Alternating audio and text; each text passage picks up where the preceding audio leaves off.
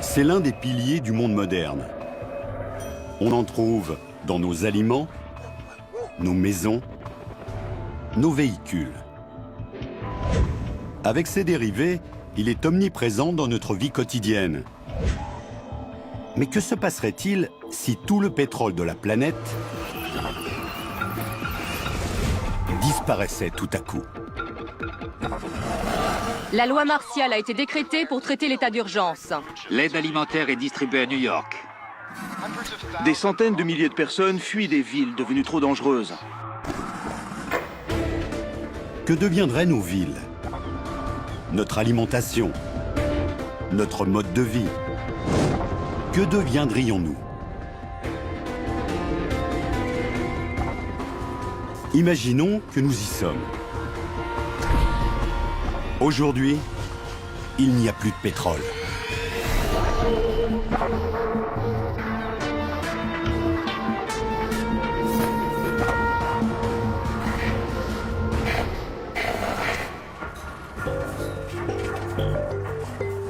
Le pétrole. Depuis 150 ans, il est extrait du sous-sol. Il fournit des carburants économiques et polyvalents qui ont rendu possible le développement de nos sociétés modernes. En Californie, les champs pétrolifères de Kern River contiennent plus d'1 demi-milliard de barils. À eux seuls, ils peuvent couvrir les besoins des États-Unis pendant 4 semaines. Mais toutes les réserves enfouies vont soudain disparaître. Et la même chose va se produire partout dans le monde. De l'Arabie Saoudite à la mer du Nord, en passant par les sables bitumineux de l'Alberta au Canada. Le pétrole qui fait rouler nos voitures, voler nos avions et fournit l'énergie à nos usines, tout le pétrole enfoui sous terre est sur le point de disparaître.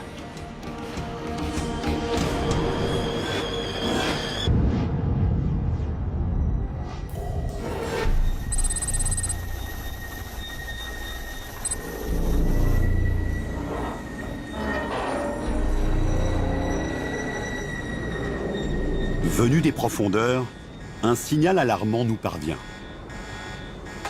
Il se passe quelque chose, il faut que j'y aille. Nous avons déjà extrait plus de 1000 milliards de barils du sous-sol de la planète. Et l'on estime les réserves mondiales actuelles à environ la même quantité. Qu'est-ce qui se passe? J'en ai aucune idée. Hier encore, cette raffinerie transformait 300 000 barils de brut par jour. Mais aujourd'hui, il ne reste plus de matières premières.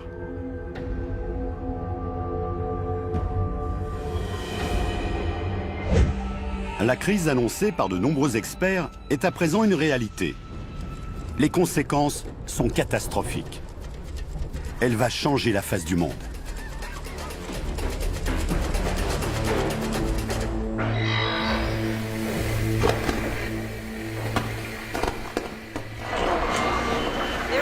Les réserves mondiales étaient estimées à 1000 milliards de barils. Mais les scientifiques nous confirment à présent qu'il n'en reste plus rien. Dans le monde entier, de l'Arabie Saoudite à l'Alaska, le pétrole a disparu du sous-sol. Les compagnies pétrolières affirment qu'il reste quelques 20 millions de barils stockés près des raffineries, mais L'approvisionnement en gaz, gazole, lubrifiant, goudron et tous les autres produits dérivés du pétrole s'interrompra bientôt si nous ne trouvons pas une solution rapidement.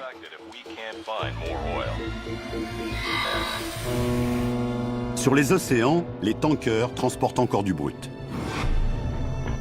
Actuellement, ils sont quelques milliers en service, avec des millions de barils à leur bord. Les pays producteurs, comme l'Arabie Saoudite ou la Russie, exigent que leurs navires pétroliers rebroussent chemin.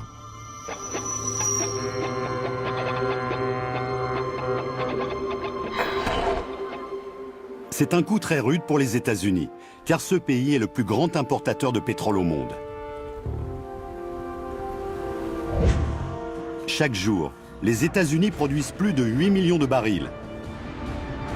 Mais on y consomme le double de cette quantité. Il manque donc 8 millions de barils par jour.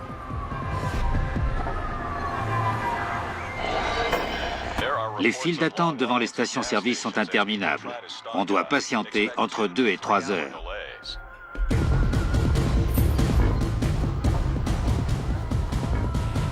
C'est peut-être la toute dernière chance de faire le plein.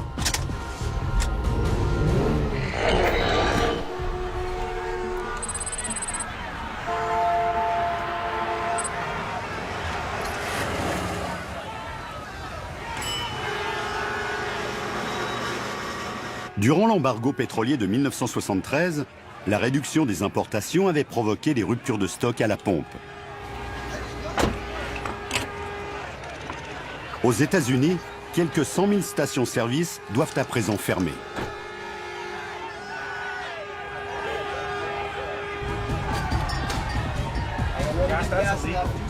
Et la situation est similaire dans presque tous les pays.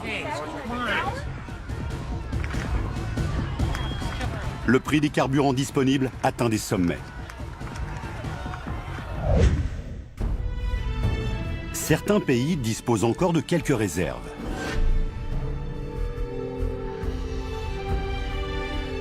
Les États-Unis possèdent environ 725 millions de barils.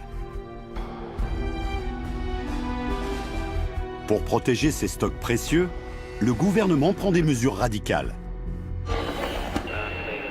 Les avions, les trains, les bateaux, tous ont besoin de carburant issu du pétrole. Seuls les moyens de transport les plus vitaux sont encore en service. Les trains ne circulent plus. Les avions sont cloués au sol.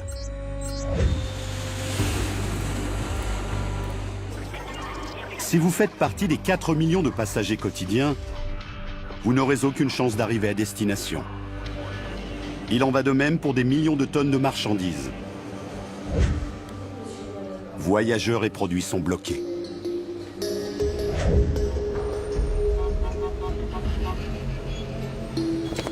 Les conséquences sur l'économie sont catastrophiques. Un vent de panique semblable à celui qui a suivi les attentats du 11 septembre force le gouvernement à suspendre l'activité des marchés. Des réserves de pétrole valant des milliards d'euros se retrouvent bloquées.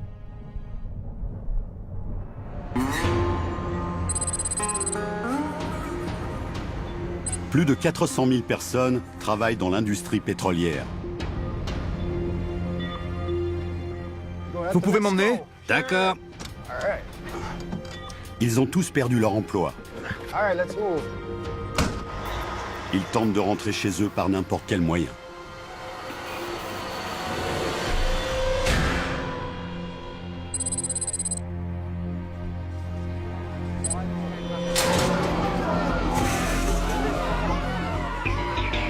Les incertitudes qui pèsent sur l'avenir sont telles qu'elles entraînent la fermeture de milliers d'entreprises.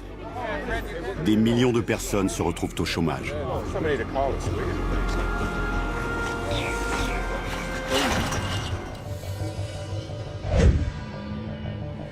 Les États-Unis brûlent chaque jour une quantité de pétrole équivalent à la cargaison de 10 supertankers. Pour produire de l'acier, cette usine métallurgique nécessite 1 millier de barils par jour. Mais à présent, il n'y a plus de quoi chauffer les hauts fourneaux et plus de matières premières pour produire l'acier. Sans acier, la construction et l'industrie automobile sont paralysées. Et il n'y a pas que l'acier. Le pétrole fournit le carburant le plus efficace et le plus polyvalent qui soit. Des végétaux compressés et chauffés il y a des centaines de millions d'années ont produit cette matière fossile que l'on retrouve un peu partout. Dentifrice, rouge à lèvres, polyester et plastique. À présent, il faudra s'en passer.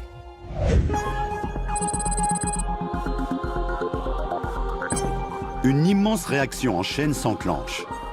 Votre nom? J'ai besoin de sérum. Le manque de pétrole se fait cruellement sentir dans notre quotidien. Dans les hôpitaux, dans l'alimentation ou la production d'énergie. Et la crise ne fait que commencer.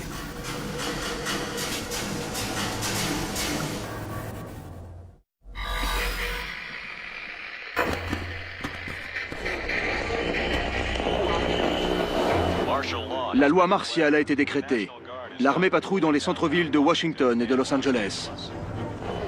Réunis à Strasbourg, les dirigeants européens décident d'envoyer 100 millions de barils au Royaume-Uni.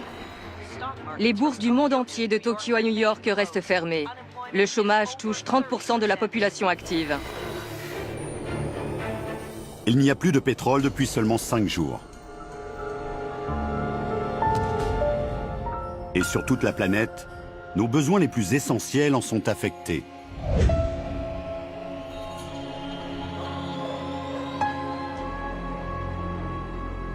Les halles et les grands marchés alimentaires sont fermés. En temps normal, 1300 camions par jour partent de Californie chargés de fruits et de légumes. Ils livrent aux grossistes de tout le pays leurs produits frais qui sont ensuite transportés par d'autres camions vers les commerces de détail. Mais dorénavant, par manque de carburant, les magasins alimentaires ne peuvent plus être livrés. Les habitants des mégapoles comme New York sont les plus touchés par le manque d'aliments. Les besoins alimentaires annuels d'une personne nécessitent la culture d'une surface égale à celle d'un terrain de football. Avant la crise, l'achat de nourriture était un acte anodin pour des millions de personnes. À présent, des gardes armés protègent les magasins où il reste encore de la nourriture. En temps normal, 30% des aliments frais ne sont pas vendus à cause de petites imperfections. Mais maintenant, tout est acheté.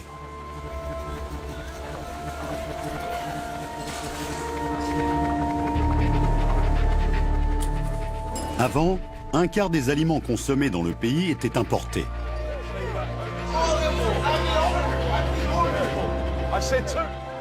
Mais depuis 5 jours, rien n'arrive. Et la nourriture devient rare.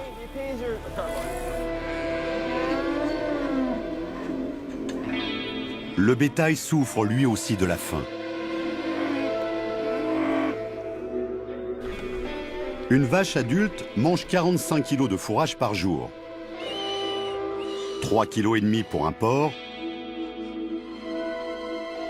Mais à présent, les aliments n'arrivent plus. Les animaux sont affamés.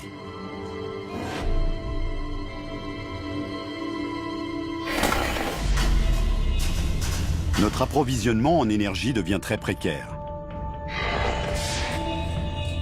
Pour produire l'électricité, le charbon est roi. Dans le monde, 40% de l'électricité est produite par des centrales thermiques brûlant du charbon. Cette centrale, en Angleterre, consomme du charbon en provenance de lieux aussi éloignés que les États-Unis. Et le charbon est transporté par train. Chaque wagon contient de quoi produire toute l'énergie consommée par une petite ville en une journée. Or, maintenant, sans pétrole, les trains ne roulent plus. Les coupures d'électricité se multiplient dans toute l'Amérique du Nord. Mais de tous les États, la Floride est particulièrement touchée. Plus qu'ailleurs, l'électricité y est produite par des centrales brûlant directement du pétrole.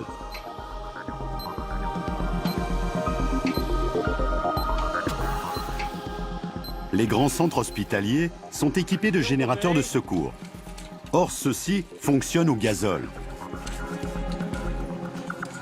Cet hôpital de Miami épuise ses dernières réserves de carburant. Dans 8 heures, il n'y aura plus d'électricité.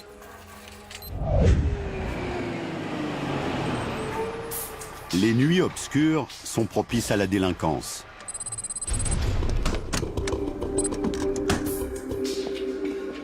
La loi et l'ordre n'ont plus cours. Et les cambriolages se multiplient.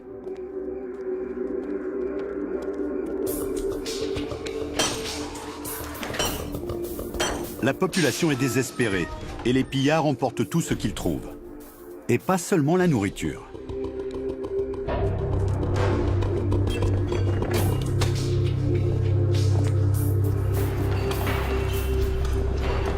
Chris, du diesel. Les moteurs diesel peuvent fonctionner avec de l'huile alimentaire. Et les moteurs diesel sont 30% plus économiques que les moteurs à essence. Avec 7 litres d'huile, une voiture moyenne peut parcourir 100 km. Tant qu'il restera assez d'huile alimentaire, ce camion et tout autre véhicule diesel pourront rouler. C'est bon, tiens-moi ça.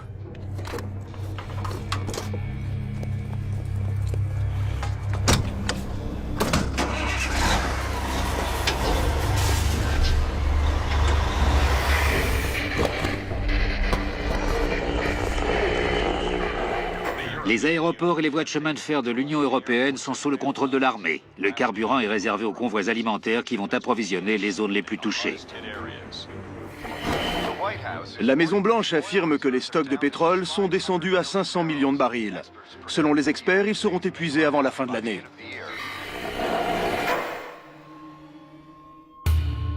Le pétrole a disparu du sous-sol depuis 30 jours. Les gouvernements de tous les pays prennent des mesures radicales. Les services les plus vitaux sont protégés. Les dernières réserves de pétrole sont transformées en carburant pour les trains. Le charbon peut de nouveau parvenir aux centrales thermiques. Dans certains pays, la distribution d'électricité reprend au compte-gouttes. Mais en Amérique du Nord, l'électricité est dispensée à travers des réseaux isolés. Elle ne peut passer d'un réseau à l'autre. En Floride, où l'électricité est produite directement à partir du pétrole, la plupart des villes sont encore plongées dans l'obscurité. Grâce aux dernières réserves de carburant, les trains de passagers peuvent de nouveau rouler. Mais à présent, ils transportent l'aide alimentaire vers les grandes villes où sévit la famine. Or, le transport de la nourriture entame sérieusement les derniers stocks de pétrole. Aux États-Unis, les réserves seront épuisées dans moins de 11 mois. Sur les routes, les voitures emblématiques du mode de vie américain sont devenues rares. 235 millions de voitures roulent à l'essence aux États-Unis. Imaginez que vous poussiez une voiture sur 9 km. La même énergie est fournie par 1 litre d'essence. Actuellement, les voitures sont indispensables aux États-Unis. Toutes les infrastructures ont été prévues pour les automobiles. La moitié de la population habite dans de vastes banlieues résidentielles. La plupart des biens consommés sont livrés à domicile. Avec la fin du pétrole, c'est tout un mode de vie qui devient impossible.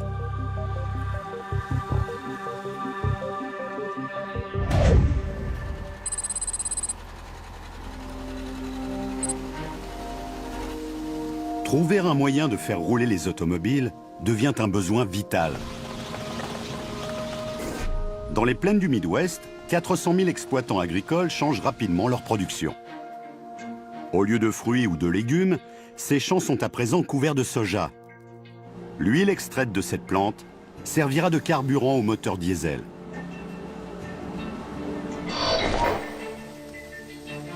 Le soja ne suffit pas.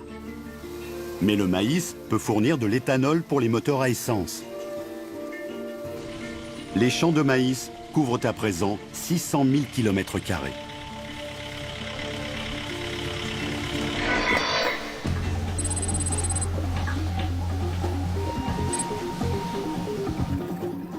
L'éthanol est une solution qui a fait ses preuves. Au Brésil, les voitures roulent toujours, même sans pétrole. Ici, depuis des années, les moteurs fonctionnent à l'éthanol extrait de la canne à sucre. Dans ce domaine, l'Amérique du Nord a pris du retard. Mais il subsiste un espoir que la fin du pétrole n'implique pas la fin des voitures.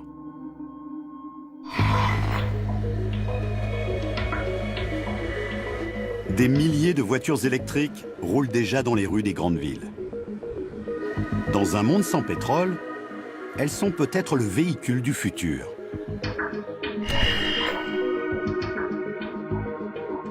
Or, pour atteindre ce futur, le monde doit d'abord traverser un hiver qui s'annonce sombre et dangereux.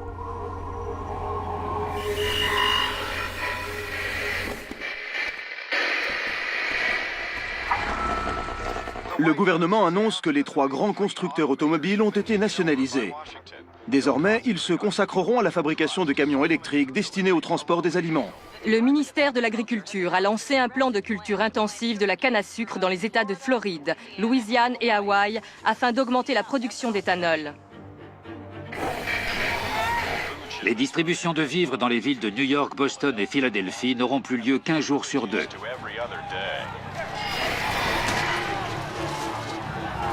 Il n'y a plus de pétrole depuis 5 mois.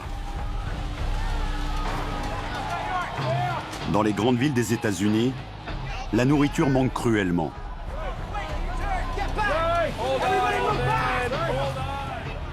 D'immenses files d'attente se forment devant les gares.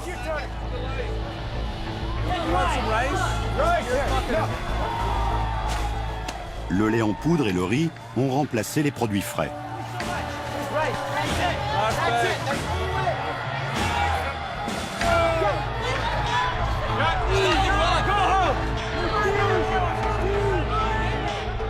Mais la famine continue à s'aggraver.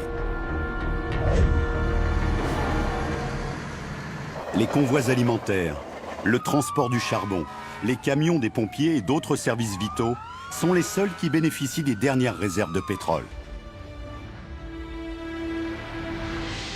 Mais les routes restent pratiquement désertes. Pour faire durer le plus possible les dernières réserves, on économise au maximum les carburants.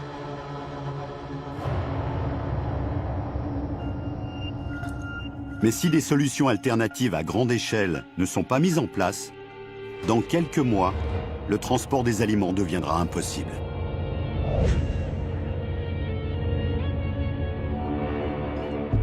Les villes reçoivent encore de la nourriture, mais leurs déchets ne sont plus collectés. En un an, 6000 camions bennes brûlent 75 millions de litres de carburant pour assurer le ramassage des ordures ménagères de New York. Dans ce monde nouveau, la collecte des ordures est devenue un luxe. Malgré les villes paralysées, la famine qui sévit et l'hiver qui approche, les États-Unis restent un pays privilégié.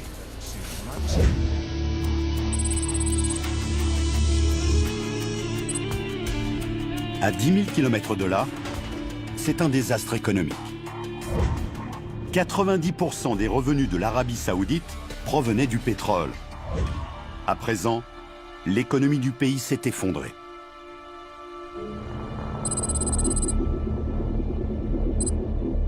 Ce navire transporte l'aide alimentaire destinée au Japon. 60% de la nourriture consommée dans ce pays était importée. La population de l'une des nations les plus prospères du monde est à présent affamée.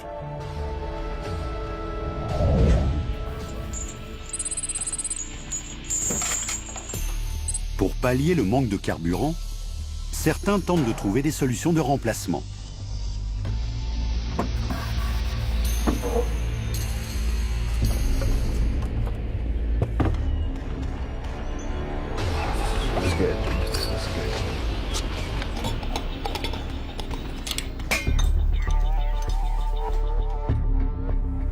Dans les garages et les caves, des particuliers cherchent le moyen de faire rouler leur voiture. On passe au suivant. Voilà. On s'improvise chimiste et l'on mélange du méthanol, de la soude et d'autres produits récupérés. On distille du biocarburant maison.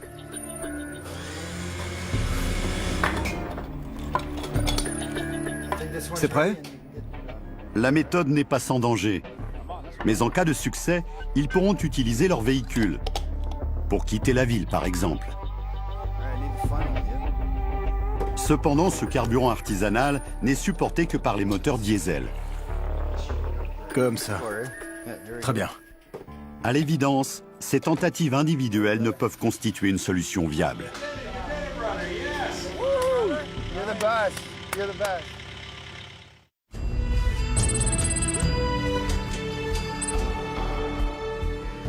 La production de biocarburants à grande échelle rencontre de sérieuses difficultés.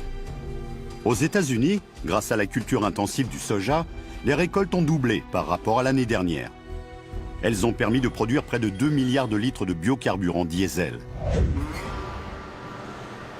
ce qui couvre à peine 1% des besoins annuels du pays. Et il n'y aura plus de biocarburant disponible avant la prochaine récolte.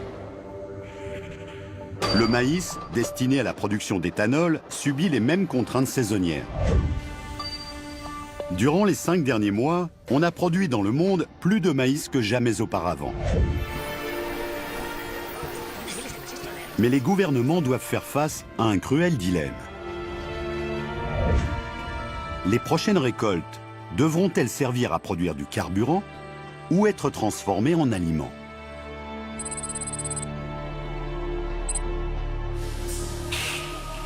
Le manque de nourriture n'est pas le seul problème. Les hôpitaux manquent de produits fabriqués à partir du pétrole. Chaque année, on y utilise quelques 15 milliards de gants en latex. Médicaments, instruments, accessoires en plastique, le pétrole entre dans la composition de nombreux produits médicaux. Sans eux, des maladies nosocomiales se propagent plus vite.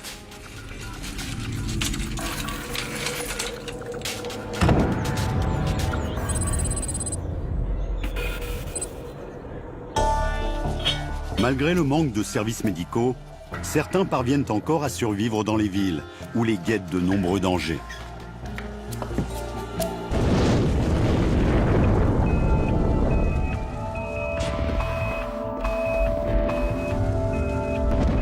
Tous les ans, à New York, des transformateurs électriques prennent feu. Or, ce qui n'était qu'un incident naguère peut à présent devenir un désastre.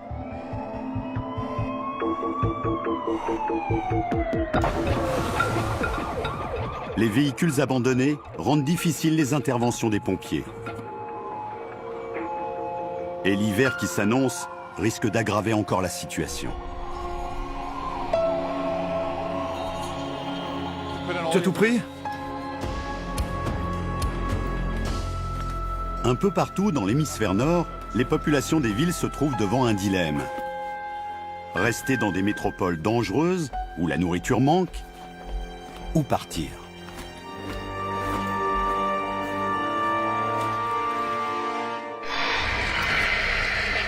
L'exode se poursuit. Dans tout le pays, les villes se vident. Par les transports publics d'urgence, à pied ou par n'importe quel autre moyen, ils ont décidé de partir. Avec des températures qui baissent encore, des centaines de milliers de gens quittent New York, Chicago, Détroit pour des destinations variées.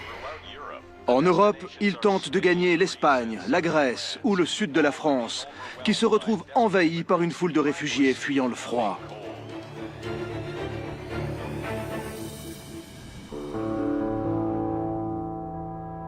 Dans les villes désertées, des millions de voitures. Même les véhicules qui parvenaient à rouler grâce aux huiles alimentaires sont abandonnés. Le froid rend l'huile épaisse et visqueuse. Elle se fige dans les réservoirs et les moteurs.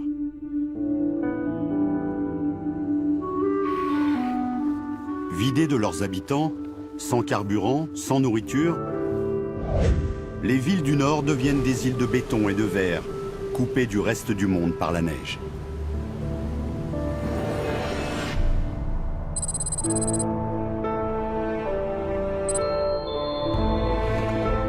Cherchant le moyen de survivre, certains se dirigent plus au nord.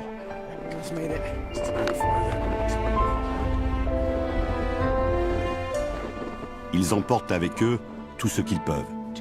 Il n'y en a pas beaucoup. Denrées non périssables et conserves leur permettront peut-être de tenir jusqu'au printemps. Mais ils devront se montrer très économes. Le gibier est un complément apprécié.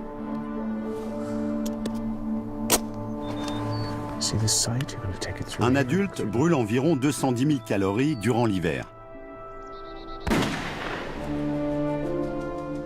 Le froid s'installe pour des mois, dans les campagnes et dans les villes.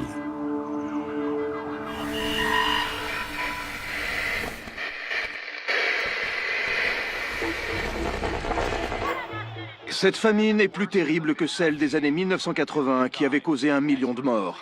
Les experts prédisent même qu'elle provoquera jusqu'à 20 millions de morts. Le gouvernement affirme que les dernières réserves de pétrole sont tombées à moins de 250 millions de barils. 2 des 4 lieux de stockage sont désormais fermés. Le pétrole a disparu depuis 1 an. Les marchandises ne traversent plus les océans. Les ports de la côte ouest des États-Unis voyaient passer autrefois quelques 55 000 conteneurs par jour, soit près de 2 millions de tonnes. À présent, ils sont déserts.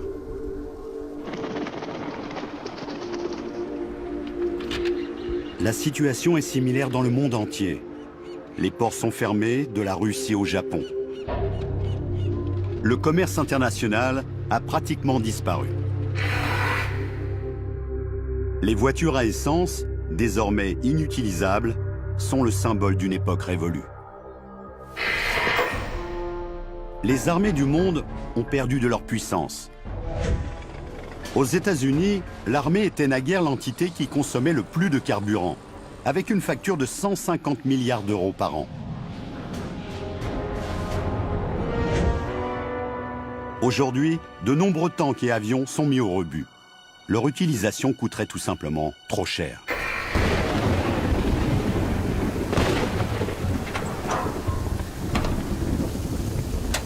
Les véhicules destinés aux interventions d'urgence roulent de plus en plus à l'éthanol d'origine végétale. Leurs moteurs n'ont pas besoin d'être modifiés pour supporter l'éthanol. L'adjonction d'un simple boîtier convertisseur suffit.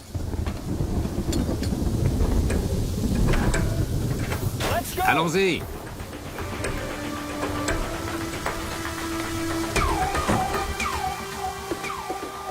Mais l'éthanol ne constitue pas la solution idéale au niveau planétaire.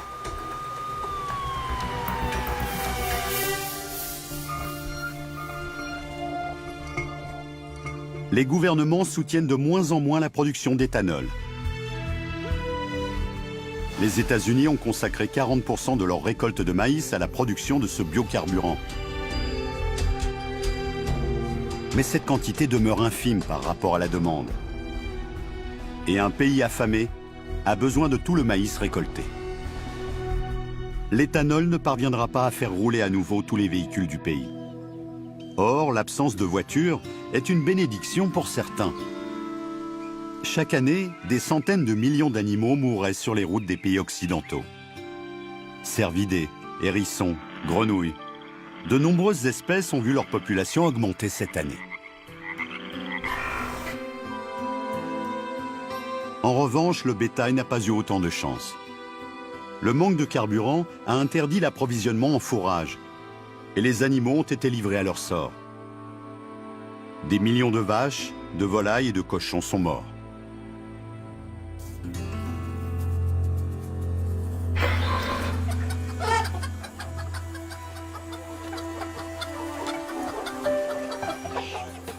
Dans les zones rurales, l'avenir ressemble de plus en plus au passé. L'effondrement de l'élevage intensif a considérablement changé le régime alimentaire dans de nombreux pays. Les familles mangent ce qu'elles produisent.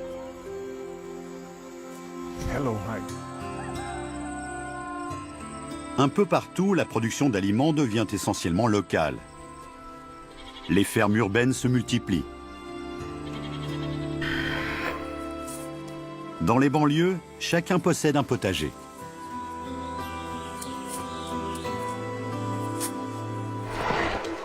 Un ouragan de force 5 a ravagé Miami.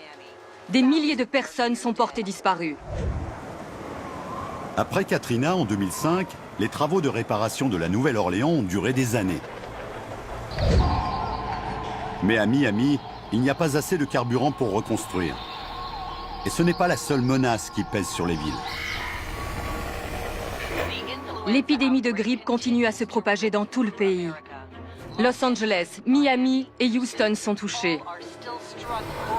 Des zones de quarantaine ont été créées. La cellule de crise du ministère de la Santé prévoit 200 000 victimes.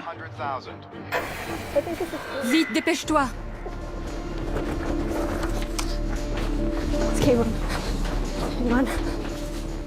Les hôpitaux sont plus difficiles d'accès, alors qu'ils sont plus nécessaires que jamais. Des particuliers ont parfois gardé un peu d'essence pour ce genre d'urgence. Hélas, leur prudence s'avère être un mauvais calcul. Les additifs contenus dans le précieux carburant l'ont dégradé. Après un an de stockage, l'essence devient inutilisable. Qu'est-ce qui se passe? Cours! Au niveau mondial, les échanges internationaux se raréfient.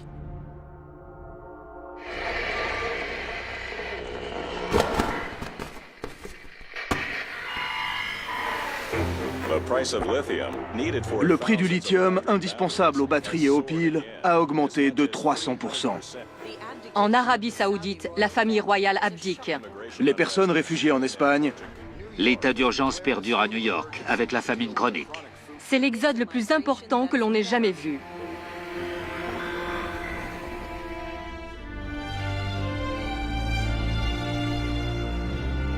Il n'y a plus de pétrole dans le monde depuis 10 ans. Même dans l'espace, tout a changé.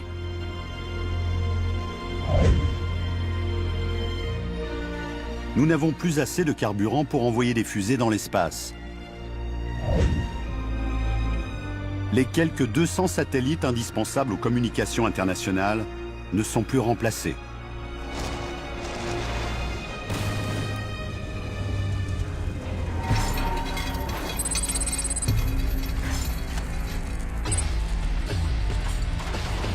Mais dans ce monde sans pétrole, les rebus électroniques ont pris beaucoup de valeur. Regarde, papa. Il y en a d'autres! Les appareils contiennent des matériaux de valeur. Une tonne de téléphone portable contient plus de 275 grammes d'or, près de 135 kg de cuivre et plus de 2,5 kg d'argent. Et ces métaux sont d'autant plus précieux qu'il est devenu quasi impossible de les importer. Il y en a plus là-dessus.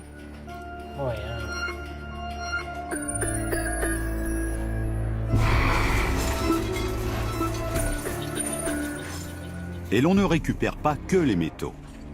Le plastique met plusieurs siècles à se dégrader. Bouteilles et récipients sont à présent recherchés, nettoyés et réutilisés. Jamais on n'a autant recyclé à petite et grande échelle.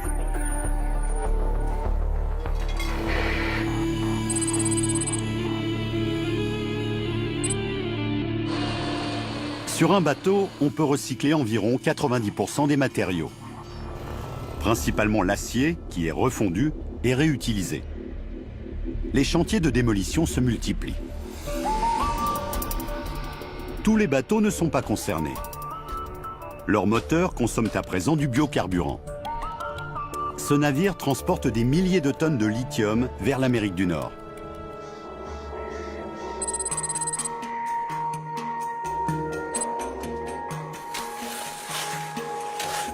La moitié des réserves mondiales de lithium se trouvent en Bolivie, dans un désert de sel. Le lithium est le principal composant permettant de fabriquer les batteries les plus efficaces. Et la demande est énorme dans un monde où la fourniture d'électricité demeure problématique. L'économie bolivienne est florissante. Dans un monde sans pétrole, la Bolivie est une superpuissance, l'Arabie Saoudite du Nouveau Monde.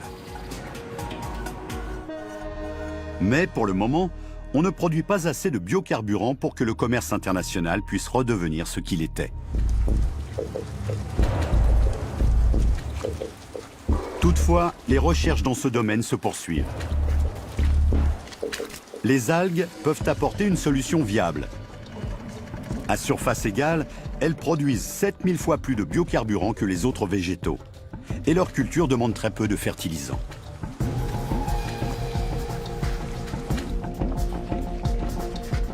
Dix ans après la fin du pétrole, 38 milliards de litres de biocarburant sont issus de la culture des algues. Mais c'est insuffisant pour que le trafic aérien reprenne. Le coût des vols commerciaux, pour les marchandises ou les passagers, est encore beaucoup trop élevé. Cet aéroport accueillait autrefois 34 millions de voyageurs par an. C'est un autre moyen de transport qui achemine des produits indispensables vers les hôpitaux du monde entier. Près de 2 millions de camions roulent à nouveau. Ils livrent aux hôpitaux des gants de caoutchouc, des seringues et cathéters, tous fabriqués à partir de gaz naturel. Grâce à eux, les hôpitaux sont plus propres, plus sûrs. Et les populations urbaines renouent avec leurs services médicaux. À l'intérieur et à l'extérieur, les foyers modernes ont beaucoup changé. Le taux de mortalité redescend peu à peu. Mais les communautés se sont disloquées. De nombreuses familles ont perdu des êtres chers.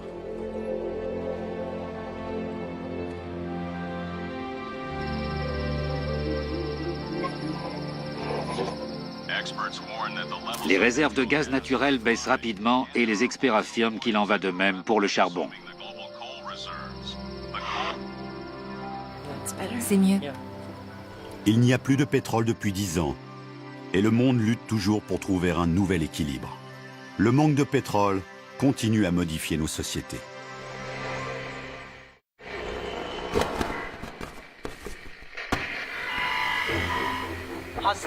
Les hostilités se poursuivent alors que la Chine développe ses activités de prospection de lithium à la frontière tibétaine.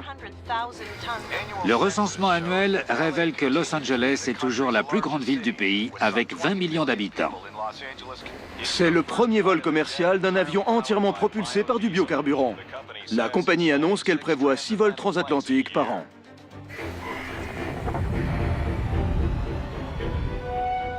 Le pétrole a disparu depuis 40 ans.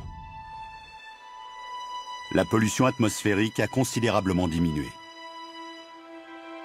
Depuis 4 décennies, les avions ne volent plus. Et il n'y a plus de voitures sur les routes. Les usines qui brûlaient du pétrole ont fermé depuis longtemps. Le Canada, les États-Unis et le Mexique ont réduit leurs rejets toxiques de 3 milliards de tonnes par an.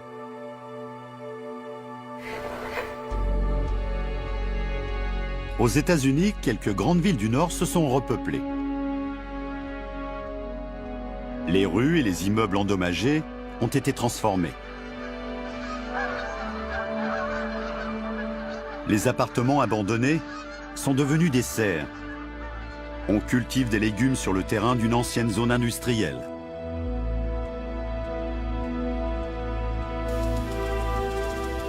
À présent, les parkings de la ville sont transformés en potagers.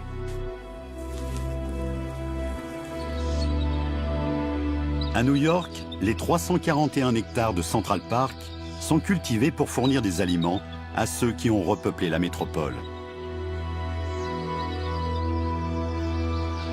La ville se nourrit de ce qu'elle produit.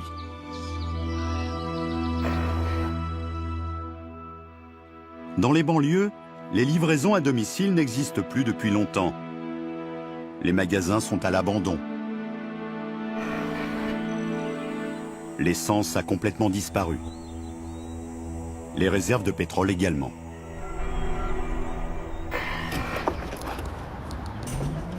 Quelques voitures roulent encore, mais elles sont très différentes. Naguère, leur poids moyen était de 1800 kg. Les nouveaux véhicules sont considérablement plus légers et ils roulent à l'électricité. Le châssis et le moteur sont faits de matériaux plus légers, tels que la fibre de carbone.